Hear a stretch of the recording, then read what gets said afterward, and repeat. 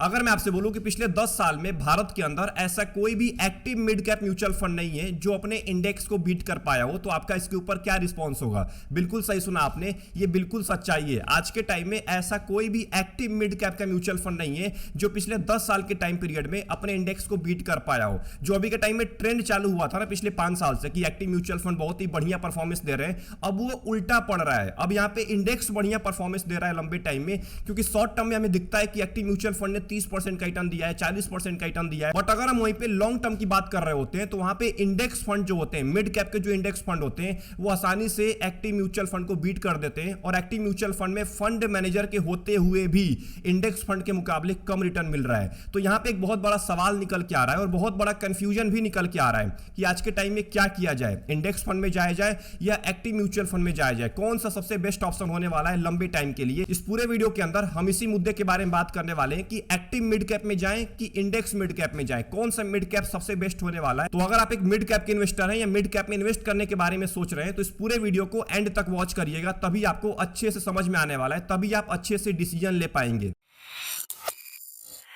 अब देखिए, सेबी के हिसाब से मिड कैप कंपनी वो होती है जिनकी रैंकिंग मार्केट कैप के अकॉर्डिंग 101 से लेके 250 के बीच में होती है। मतलब वो 150 कंपनी को हम मिड कैप कंपनी बोल रहे होते हैं। ये वो कंपनी नहीं होती है जो अभी के टाइम में स्टार्टअप्स हैं, छोटे छोटे स्टार्टअप्स हैं, और ये वो भी कंपनी नहीं होती है जो ऑलरेडी ग्रो कर चुकी है, जो ऑलरेडी मार्केट की लीडर बन चुकी है। नहीं, ये वो कंपनी होती है जो अभी के टाइम में ग्रोथ फेज में होती है, जिनका ग्रोथ चालू हो गया होता है और ये ग्रो कर रहा होता है, इनका बिजनेस ग्रो कर रहा होता है अभी के टाइम में। और एक बात का ध्यान रखिएगा, इन कंपनीज के अंदर पैसा इन्वेस्ट करने पे कभी कभी आपको स्मॉल कैप कंपनी से भी ज्यादा रिटर्न मिल जाता है लंबे टाइम के अंदर में, क्योंकि यहाँ पे एक बात तो तय होता है कि यहाँ पे ये बिजनेस ग्रो करना स्टार्ट कर दिया है। जब बिजनेस ग्रो करना स्टार्ट कर दिया तो उसके अंदर अगर आप पैसा इन्वेस्ट कर रहे हैं तो आप लंबे टाइम में बहुत पैसा बनाते हैं। स्मॉल कैप में कोई गारंटी नहीं होता है, वहां पे हो सकता है कंपनी फ्लॉप कर जाए, बट अगर अच्छी कंपनी चल गई तो बहुत ज्यादा रिटर्न दे सकती है, बट मैक्सिमम चांस होता है कि वो कंपनी अच्छा परफॉर्मेंस नहीं दे पाती है। इसके वजह से कभी कभी मिड कैप कंपनीज आगे निकल जाती है स्मॉल कैप कंपनीज के मुकाबले। तो ये तो हमने बात कर लिया मिड कैप कंपनीज के बारे में। अब हम बात करने वाले mid cap mutual fund and mid cap index fund के बारे में कि आखिर में इन दोनों में फर्क क्या होता है। फर्क समझिए सबसे पहले,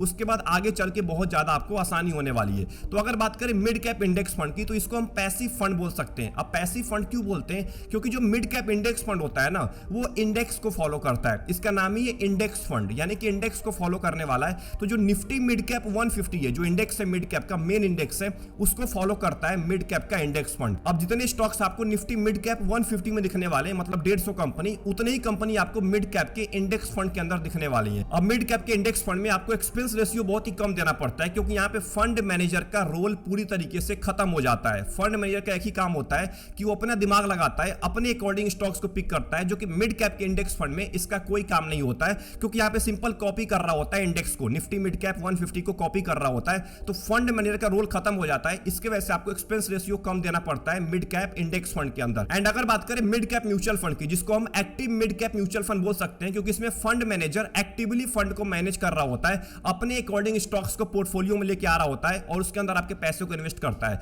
अब जब फंड मैनेजर अपने हिसाब से स्टॉक्स पिक कर रहा है तो ऑब्वियस सी बात है आपसे चार्ज भी लेगा, क्योंकि वो काम कर रहा है आपके लिए, तो उसके लिए चार्ज लेता है। इसीलिए एक्सपेंस रेशियो आपको एक्टिव म्यूचुअल फंड में ज्यादा देखने को मिलता है, लगभग 1% का एक्सपेंस रेशियो भी आपको देखने को मिल सकता है। वो सेबी के अकॉर्डिंग है, सेबी का एक डेटा है, आपके स्क्रीन के सामने एक चार्ट दिख रहा होगा। इस चार्ट के अंदर आपको साफ साफ दिख रहा होगा कि कितना एयूएम होगा म्यूचुअल फंड का, तो आपसे कितना मैक्सिमम एक्सपेंस रेशियो चार्ज कर सकता है। अब अगर बात करें एक्टिव म्यूचुअल फंड की, तो फंड मैनेजर अपने अकॉर्डिंग स्टॉक पिक करता है, इसीलिए वो कोशिश करता है कि इंडेक्स फंड से मैं ज्यादा रिटर्न दे पाऊं इन्वेस्टर्स को, क्योंकि फंड मैनेजर को हम एक्सपेंस रेशियो इसीलिए दे रहे होते हैं ताकि वो अच्छे स्टॉक्स पिक करे और वो इंडेक्स को बीट कर पाए। अगर वो इंडेक्स को ही नहीं बीट कर पा रहा है तो फिर उस म्यूचुअल फंड के अंदर, उस मिड कैप म्यूचुअल फंड में इन्वेस्ट करने का कोई फायदा तो है नहीं, क्योंकि इंडेक्स फंड कम एक्सपेंस रेशियो देके इससे ज्यादा रिटर्न दे रहा है, जो आज के टाइम में आपको देखने को मिल रहा है, जो मैं आपको थोड़ी देर में दिखाने वाला हूं एग्जांपल। सबसे इंपॉर्टेंट, अगर फंड मैनेजर ने अच्छे स्टॉक्स को पिक कर लिया तो आपको लंबे टाइम में इंडेक्स के मुकाबले ज्यादा रिटर्न मिल सकता है, बट ये बहुत ही रेयर होता है। लंबे टाइम में मैक्सिमम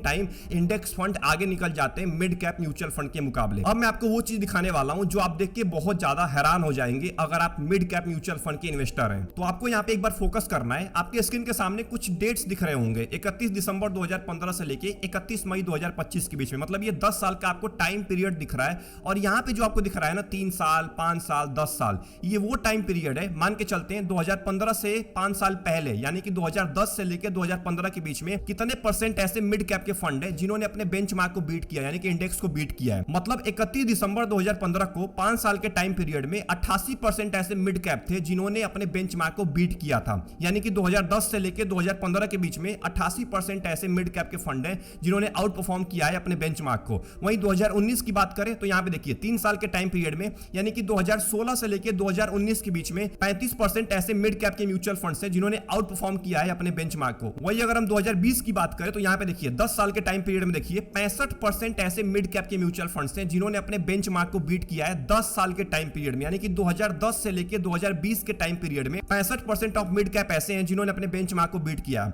एंड अभी की बात करें 31 मई 2025 की, तो यहां पे देखिए 10 साल के टाइम पीरियड में 0% ऐसे म्यूचुअल फंड है जिन्होंने अपने बेंचमार्क को बीट किया है। तो यहां पे आपको साफ साफ दिख रहा है कि मई 2025 के टाइम पीरियड तक ऐसा कोई भी एक्टिव म्यूचुअल फंड नहीं है जो पिछले 10 साल के टाइम पीरियड में अपने इंडेक्स को बीट किया हो, यानी कि निफ्टी मिड कैप 150 को बीट किया हो। अगर 5 साल की बात करें तो 13% ऐसे म्यूचुअल फंड है जिन्होंने अपने बेंचमार्क को बीट किया है पिछले 5 साल के टाइम पीरियड में। एंड 3 साल की बात करें तो 24% ऐसे मिड कैप म्यूचुअल फंड्स हैं जिन्होंने अपने बेंचमार्क को बीट किया है पिछले 3 साल के टाइम पीरियड में। अब ये चीज देखने के बाद रिटेल इन्वेस्टर्स के माइंड में एक बहुत बड़ा सवाल निकल के आ रहा है कि मेरे को एक्टिव मिड कैप के अंदर पैसा इन्वेस्ट करना चाहिए या मैंने जो पैसा इन्वेस्ट करके रखा हुआ है मिड कैप के अंदर, क्या वो 10-20 साल के बाद अपने इंडेक्स को बीट कर पाएगा, या हमें पैसा निकाल के अब इंडेक्स फंड के अंदर डाल देना चाहिए निफ्टी मिड कैप 150 के अंदर। क्योंकि जो हमें डेटा दिखाया जा रहा है इसमें तो साफ साफ दिख रहा है कि भाई इंडेक्स फंड ने बीट कर दिया है आसानी से एक्टिव म्यूचुअल फंड को। अब एक्टिव म्यूचुअल फंड के अंदर हम एक्सपेंस रेशियो पे कर रहे होते हैं ज्यादा इंडेक्स फंड के मुकाबले, इसीलिए पे कर रहे होते हैं ताकि हम इंडेक्स को बीट कर पाए, जो फंड मैनेजर है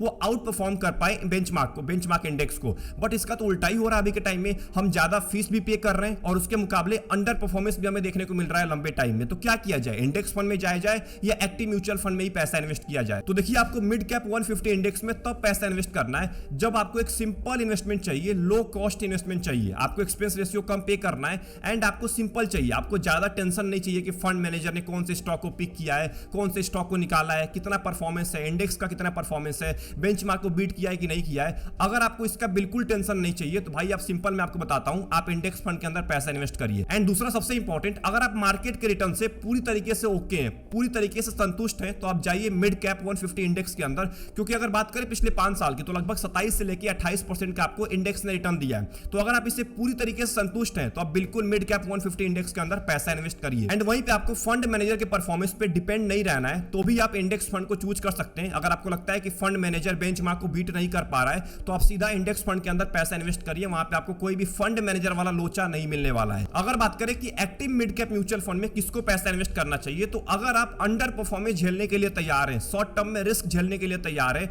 लंबे टाइम में भी हो सकता है आपको अंडर परफॉर्मेंस का सामना करने को मिले, अगर आप इन सब चीजों को झेलने के लिए तैयार हैं तब आप आइएगा एक्टिव म्यूचुअल फंड के अंदर। क्योंकि एक्टिव मिड कैप के अंदर कोई गारंटी नहीं होता है कि ये लंबे टाइम के अंदर में इंडेक्स को बीट भी कर पाए। एक बात का ध्यान रखिएगा, अगर अच्छा फंड मैनेजर है, फंड्स को अच्छे से पिक कर रहा है, अगर अच्छा परफॉर्मेंस दे रहा है तो लंबे टाइम में इंडेक्स फंड के मुकाबले ज्यादा रिटर्न आपको दे सकता है। बट ये बहुत ही रेयर होता है, ये डेटा देखने के बाद तो बहुत ज्यादा रेयर लग रहा है, क्योंकि अभी के टाइम में पिछले 10 साल के टाइम पीरियड में ऐसे कोई भी फंड मैनेजर नहीं है, ऐसा कोई भी म्यूचुअल फंड नहीं है जो इंडेक्स तक को बीट कर पाया हो। तो अगर आप लंबे टाइम में अंडर परफॉर्मेंस हो गया, शॉर्ट टर्म में गिरावट हो गया, अगर आप इन चीजों को झेलने के लिए तैयार हैं, शॉर्ट टर्म में निगेटिव रिटर्न झेलने के लिए तैयार हैं, तो आप आइएगा मिड कैप म्यूचुअल फंड के अंदर, एक्टिव मिड कैप के अंदर। बट आप यहां पे एक और काम कर सकते हैं, अगर आप चाहते हैं कि आपको ज्यादा अंडर परफॉर्मेंस का सामना करने को ना मिले लंबे टाइम के अंदर में, तो आप पैसे को डिवाइड कर सकते हैं। कुछ पैसा आप इंडेक्स फंड में इन्वेस्ट करिए एंड कुछ पैसा आप एक्टिव फंड में इन्वेस्ट करिए। मतलब मिड कैप 150 में कुछ पैसा इन्वेस्ट डाल दीजिए और कुछ पैसा आप मिड कैप के एक्टिव म्यूचुअल फंड में इन्वेस्ट करिए।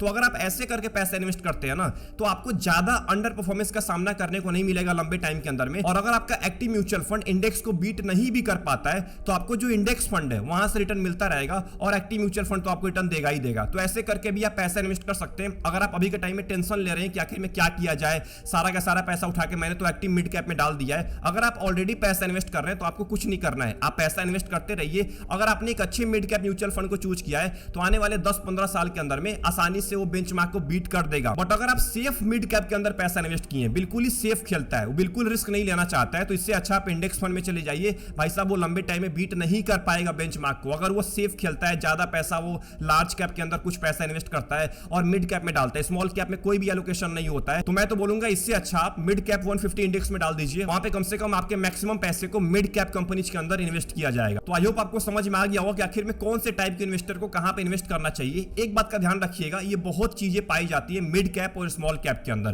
क्योंकि स्पेशली मिड कैप और स्मॉल कैप की बात करें ना तो ये बहुत ही रिस्की कैटेगरी होती है। फंड मैनेजर स्टॉक्स को तो पिक करता है, अच्छे स्टॉक्स को पिक करता है, बट वो स्टॉक कभी कभी चल नहीं पाते हैं। जब चल नहीं पाते हैं तो क्या दिक्कत होता है कि इंडेक्स के मुकाबले उनको कम रिटर्न मिल रहा होता है, क्योंकि बहुत सारे ऐसे मिड कैप के म्यूचुअल फंड है जो केवल 20 कंपनी को रखते हैं पोर्टफोलियो के अंदर, 30 कंपनी 40 कंपनी को रखते हैं, वहीं मिड कैप के अंदर 150 कंपनी होती है। तो यही फर्क पड़ता है सबसे बड़ा। और स्पेशली ये चीजें होती है मिड कैप और स्मॉल कैप के अंदर। मैक्सिमम टाइम होता है कि जो मिड कैप और स्मॉल कैप का इंडेक्स फंड है ना, वो एक्टिव मिड कैप को और एक्टिव स्मॉल कैप को आसानी से बीट कर देता है लंबे टाइम के अंदर में। ये इसीलिए होता है क्योंकि यहाँ पे कोई भरोसा नहीं होता है कंपनीज का, बहुत ही रिस्की कंपनीज होती है। तो लंबे टाइम में कोई ज्यादा चल जाती है तो कोई कम चलती है। अगर ज्यादा चल गई और उसको फंड मैनेजर ने पोर्टफोलियो में लेकर रखा हुआ है तो एक्टिव म्यूचुअल फंड आसानी से इंडेक्स फंड को बीट कर देगा। अगर वही वो कंपनी नहीं चलती है तो वही लंबे टाइम के अंदर में इंडेक्स को बीट नहीं कर पाता है। तो ये चीजें पाई जाती है मिड कैप और स्मॉल कैप के अंदर। तो अगर आपने यहां तक इस पूरे वीडियो को वॉच कर लिया है तो अब बात करते हैं इस पूरे वीडियो के कंक्लूजन के बारे में। तो अगर आप एक ऐसे टाइप के इन्वेस्टर हैं जिसको बिल्कुल पता नहीं है कि मिड कैप म्यूचुअल फंड कौन सा बढ़िया है, कौन से म्यूचुअल फंड के अंदर पैसा इन्वेस्ट करना चाहिए,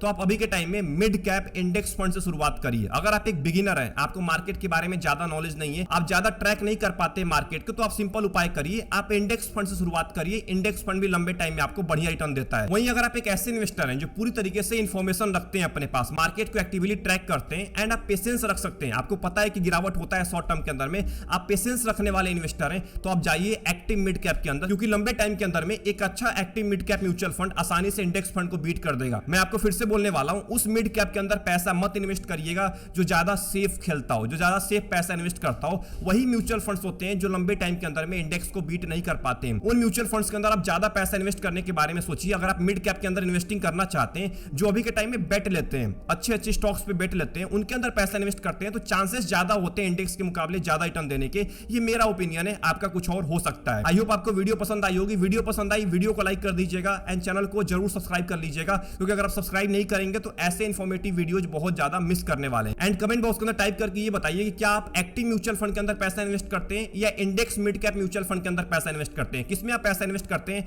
ये भी कमेंट बॉक्स में टाइप करना मत भूलिएगा। तब तक के लिए अपना ध्यान रखिए। Best of luck, take care.